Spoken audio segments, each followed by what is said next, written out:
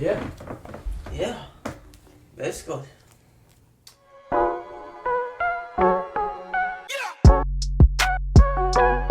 What's going on, everybody? We're back. Podcast 56 now. So, there's some huge news going on in the basketball world. My favorite basketball player ever, many of you may know, LeBron James. He's about to break a record that's been held for 38 years. We haven't brought this up at all. It's been slowly. He's been getting after it. He's 89 points away as we speak tonight. They play tomorrow at Indiana. They play the next night at the Pelicans. And then they've got a 2-game home stint. And he's going to break it at home in the Crypto.com arena. I think it should be. It's really the Staples Center. But, yeah, so do you think...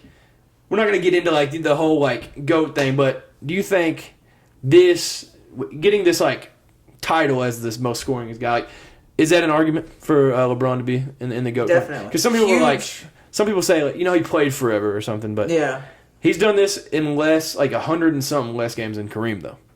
So yeah, huge milestone. Definitely good for the argument to be the GOAT. He's gonna get it. There's no doubt he's gonna get it. I think this will really make LeBron the GOAT. Yeah. I mean, this record, 38 years. Kareem said something. He was like, it's time to pass the torch. He was like, it's been a great feeling having it for this long. There hasn't really been anybody come close. Mm-hmm. Karl Malone, he was second. He was still like 2,000 away. But if LeBron keeps at this and stays healthy, he's going to absolutely crush this record. Because he's probably got another like 4 years in him, at least. In my opinion. So, by the time he's done, this record's going to be literally untouchable. Yeah. And, I mean, the way the NBA is going, I guess it is touchable because of how much scoring is going on. But nonetheless, it's just insanely impressive. And I've been a LeBron fan since, like, 2014. And then I truly, like, became, like, a diehard fan in 2016. This was something I never imagined could be done. I mean, obviously... There's like all these records that everybody's like, nobody's touching that. Like Bill Russell's rings, like just different records. And points was one of those. They were like, nobody's touching that ever. And LeBron's going to end up like smashing. Like it's not even going to be close by the time he's done. So, yeah, definitely be tuned. I bet he does it against OKC at home. I don't know what day it is, but that's 3 games from now. So he'll probably drop like 20, 30 something in the next 2. And then he'll do it at home. But this is my thought. I think he's got to get it where he's 2 down from the record. So he's got to like somehow figure it out. Hit a 3 if he's down 5, whatever. He's got to get down 2. He's got to tie it with the sky hook like Kareem. Yeah. And then I don't care if it's staged or what. He's got to get a tipped pass and go do a LeBron tomahawk to break it. The arena would go nuts. The arena would break. Yeah. He has to do it that way. Like that's got to be the only option. Or he can do the step back and like look down at the ball.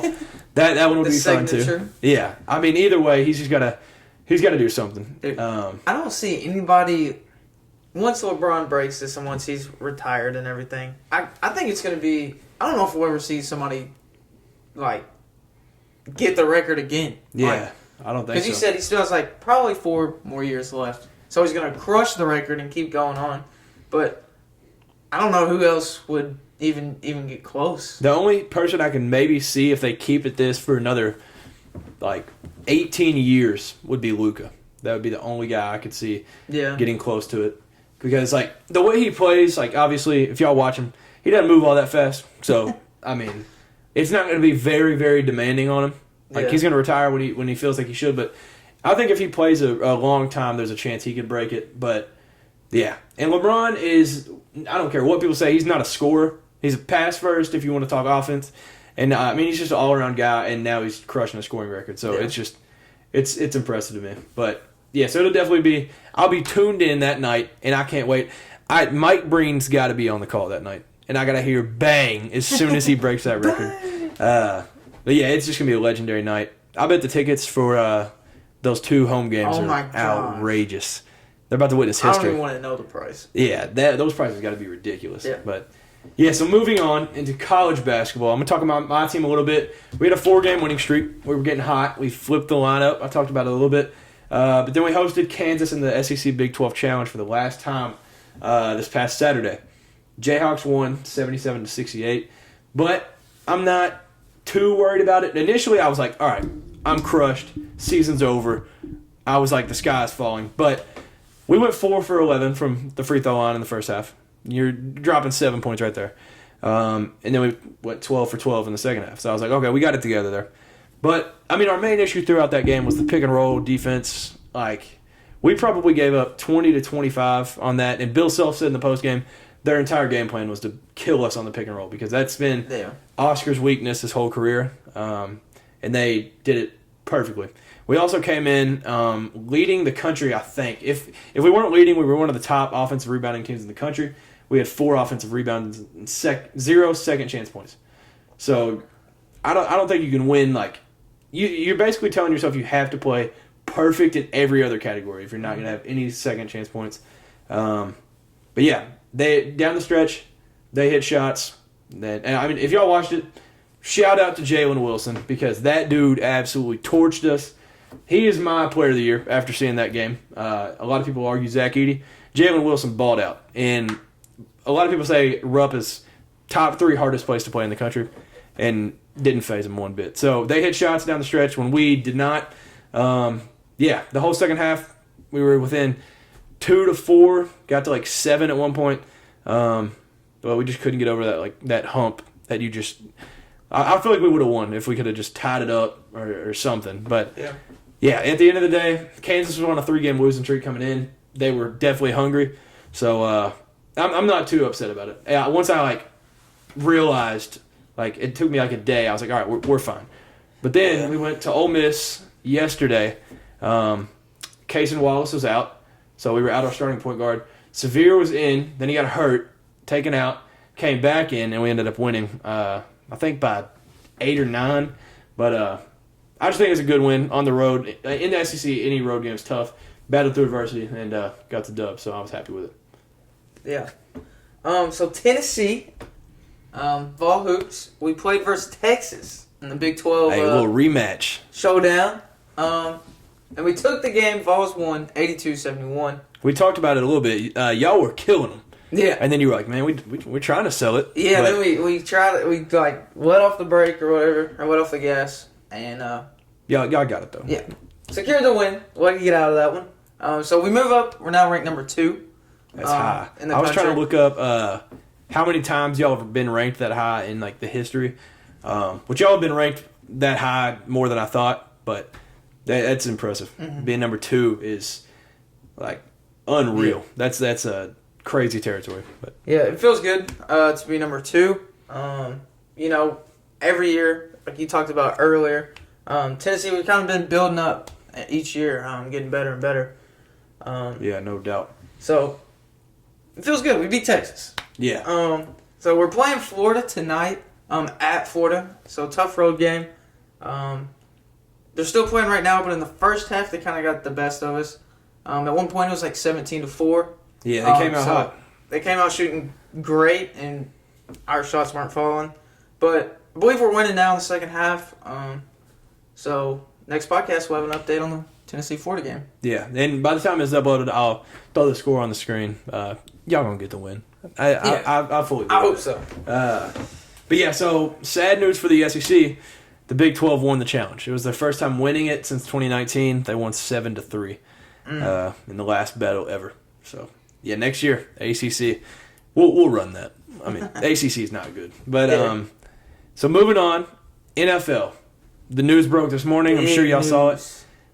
Tom Brady, 1 year after he did it before, he retires again on social media. Yeah, I mean, my initial reaction was is he really retired? I didn't believe it. Yeah, I didn't think it was real. But then you could tell he was getting a little teary-eyed, and he was talking about he ruined his one farewell last year. So he was I'm done for good. So we talked about maybe him going somewhere else and playing, but so he's hanging it up after what was a legendary career. But I think it's safe to say he's the GOAT. Yeah. Oh, yeah. I don't think there's an argument. He's got my vote. Yeah. Stats prove it. Yeah. So some of the stats. Played 23 seasons. 7-time Super Bowl champ. 5-time Super Bowl MVP. 3-time MVP. 15-time Pro Bowler. 677 total touchdowns. 89,214 passing yards. There's none like him. I mean, the fact that he played that long is one thing. He's built different. And he played great that long, too. I'm kind of disappointed in how his career ended, though. I'm not saying he should have left after last year, but, yeah, honestly, I wish he would have hung it up when Gronk hung it up with the Super Bowl. After that, I think that would have been the best time to go. But went out on a good note. Yeah. Go out as a champion, because that's what he is. So, yeah.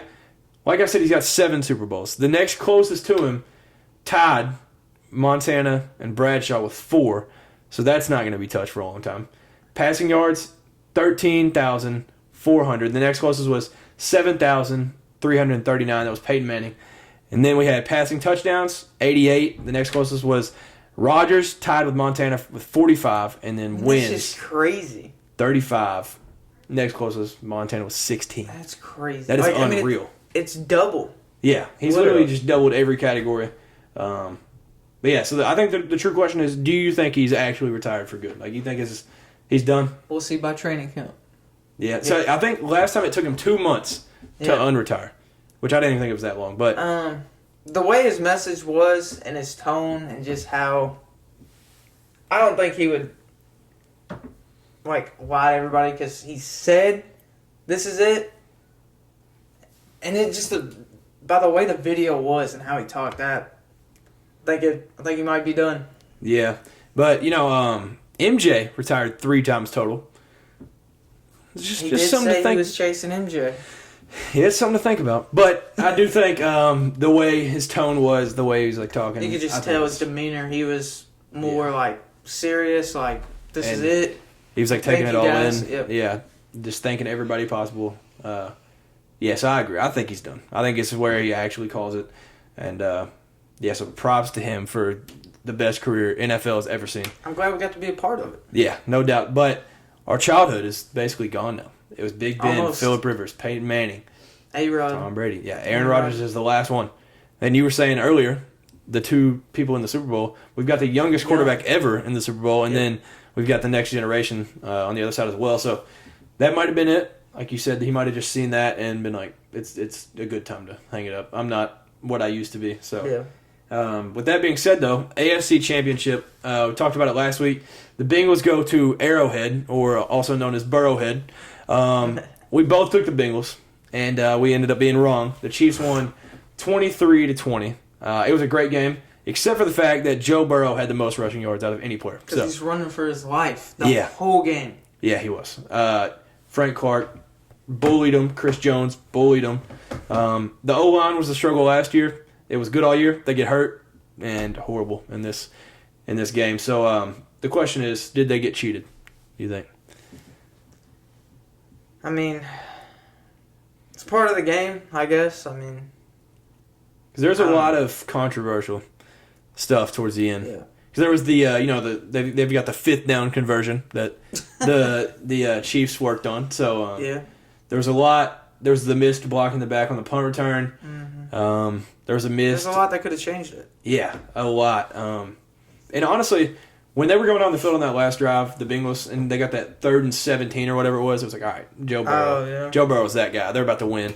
But, through it all, Chiefs win. Harrison Butker hits a game-winning field goal after. If y'all didn't see it, what was it? Was it Asai was the defensive player's name that hit him? Yes. Yeah, so he was already a step or 2 out of bounds, and he shoved him. Yeah. It's the right call, but, I feel like you shouldn't call that at that point. Let the game play itself. They still had another chance to get more yards. I mean, Andy also hurt himself on that play. So yeah, that's what I'm talking about. It's part of the game. He was 2 steps out of bounds. Yeah. But I think he did hurt himself, hurt his knee. I never heard anything about if he was okay or whatever. I think he ended up being fine, but it looked bad. It did not. It buckled over on his knee. Because those sidelines, they get really slick. But yeah, he was a step or 2 out of bounds. But I think he was more just trying to hustle. He wasn't purposely taking a cheap shot at Patrick Mahomes. No, I don't think that's what it was. I think he was just trying to hustle, try to make something happen. and just late hit. It happens, part of the game. Yeah, no doubt. But yeah, that resulted in another 15 yards, and then that got them into field goal range. Because I don't know if it was the wind or if Harrison Butker just doesn't have a leg. Their field goal target line was short. I was like, there's college kickers doubling that distance. But yeah, it got him in the field goal range, and he hit it right down Broadway. So they ended up winning that. Travis Kelce had some stuff to say to the Cincinnati mayor after. But I think it was all respect between the players, at least. Maybe not for Eli Apple, but between the quarterbacks, Travis Kelce and some of the Bengals guys. Yeah, I think it's safe to say it's a rivalry, though. Like, I mean, they don't like each other. Like, deep down, they might have respect, but like, you can tell there's something in between them. And a lot of people try to say it's the Peyton versus Brady thing. I want to just say it's the Burrow versus Mahomes thing. It's just a different thing, but I'm hyped for it. It's going to be the future of the NFL. Mm-hmm. They're both young. They're both 26, so they've got a long career ahead. But like I said, Travis Kelce. So now he has the record for yards in playoffs by a tight end. He passed Gronk in that game, and now in NFL postseason history, Kelce is now second to only Jerry Rice in receptions, yards, and touchdowns.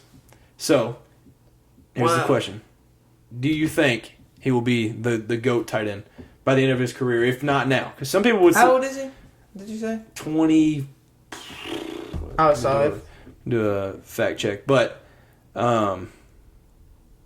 there's a lot of people that do believe that he's already the number one tight end of all time. So he's 33. He's way older than I thought. But I would say he's got another 4, 5 maybe. He looks way younger than 33, though. I'm not going to lie. He really does. To me, Tony Gonzalez is the GOAT, still. But with him passing Gronk and all these records and, being that high in the record books, I mean... Yeah. I can see an argument for him, by the time his career is done. Especially if he gets a ring this year. And then if he gets, one more, maybe, I don't know. He's going to have an argument for it. Yeah. The past 5 years, the Chiefs have played so many postseason games. Yeah. So, I mean, that probably has something to do with it. Yeah, what was it, 5 straight AFC championships? Yeah, something like that. That'll get you somewhere. And they've only won one in the past 5, right? What, one Super Bowl? Yeah. Yeah, they've only got one. But they have been to, 3 of the last 4 Super Bowls, so... Oh, yeah. I mean, so, yeah, he's definitely playing a lot more than, your other tight ends. But, yeah. Yeah, I think it's impressive, though. And, I mean, I would say he's in his prime right now. I didn't realize he was that old, but I think he's honestly in his prime right now. You can tell, definitely. Just the way he's playing, he's literally unguardable.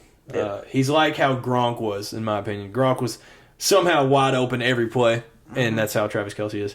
That touchdown in the AFC Championship, Patrick Mahomes scrambling around, he just throws it downfield, Travis Kelce in the end zone. So that connection is also just deadly. So, so they're the AFC champions. They got their payback from last year.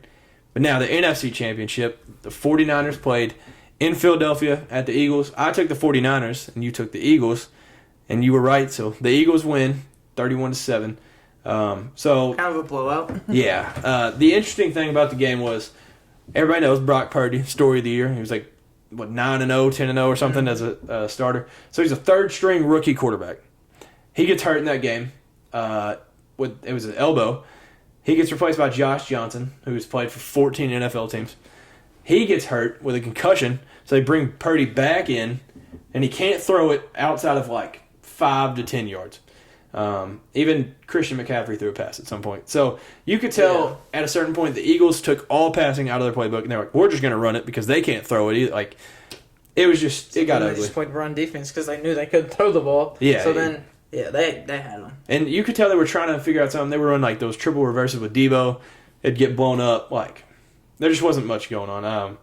Once Purdy got hurt, game was never in question. But there was a lot of controversy with Shanahan if he should have called or thrown the challenge flag on that Devontae Smith catch.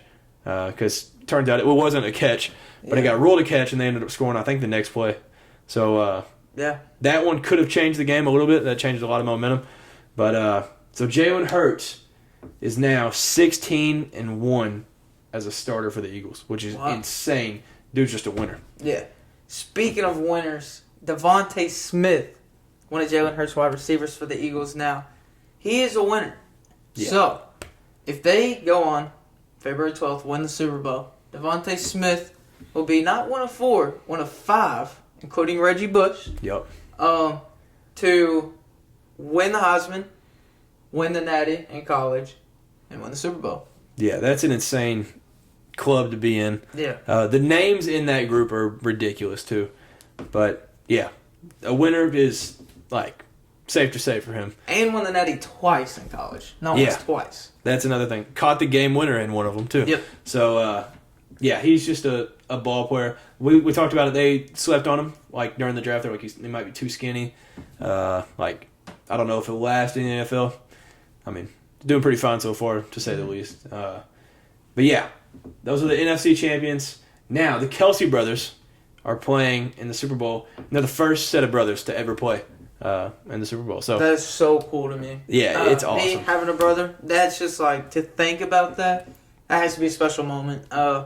Kelsey said, it's going to be an emotional game, and he's right. Like, that's just crazy. You're playing against your brother. That's what you dream about. Like, that's something to dream, and now it's a reality, and it's cool. Yeah, and Jason tweeted out right after the game. He's like, "I'm no longer a Chiefs fan for the rest of the year," because obviously he plays for the Eagles. So, yeah, I think it's awesome. I listened to a little bit of their podcast today, and they were like, they had like Kelsey Bowl shirts.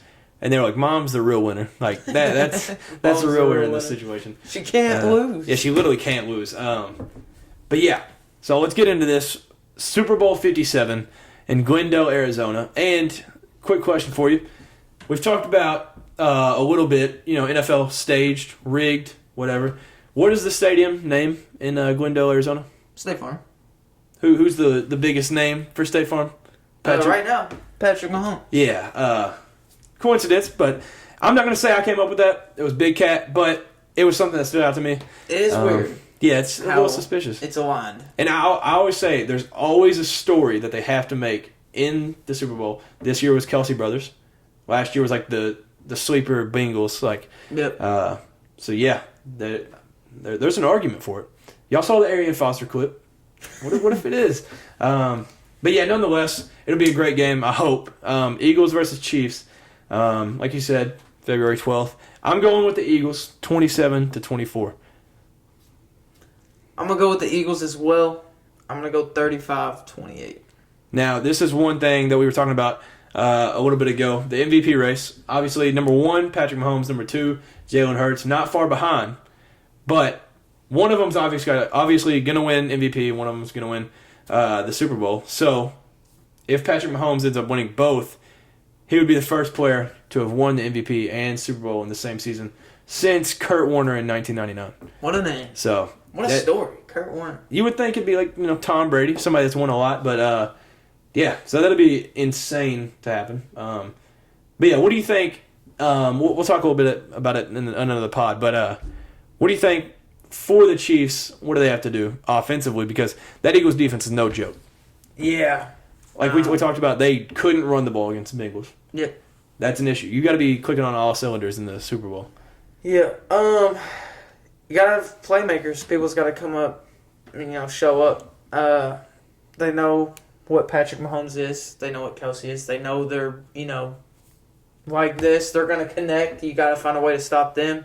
And then for the Chiefs to do anything, they got to have somebody else step up. Somebody has to be a leader, come out, show up. Whether that's Pacheco, the running back, or something. Well, you said they can't really run the ball against the Eagles, but somebody has to come out and play. Somebody has to make plays. Yeah, somebody's got to be the guy that gets skipped over on the scouting report. He's got to be the one that shows up. And I also think for just the Eagles, like last week, they were running the ball very well. The deep ball, a little concerning. I wouldn't say it's a huge issue, though, but Jalen Hurts looks completely healthy again. Yeah. And I just hope Patrick Mahomes is completely healthy. So it's both teams at their peak. But yeah, I think it'll be a good game. I think there's a chance it's low scoring, which I hope not because I hate that in the Super Bowl. But yeah, so we both have a decent scoring game. But yeah, so we'll talk about that a little more in another pod. So with that being said, do you have any last things to say? if the NFL is scripted, whoever's writing these scripts hates the Cowboys. True. True. Yeah. Yeah, I mean, there's an argument for it. But thank you all for tuning in to another podcast. Y'all have a great rest of the week, and peace. See ya.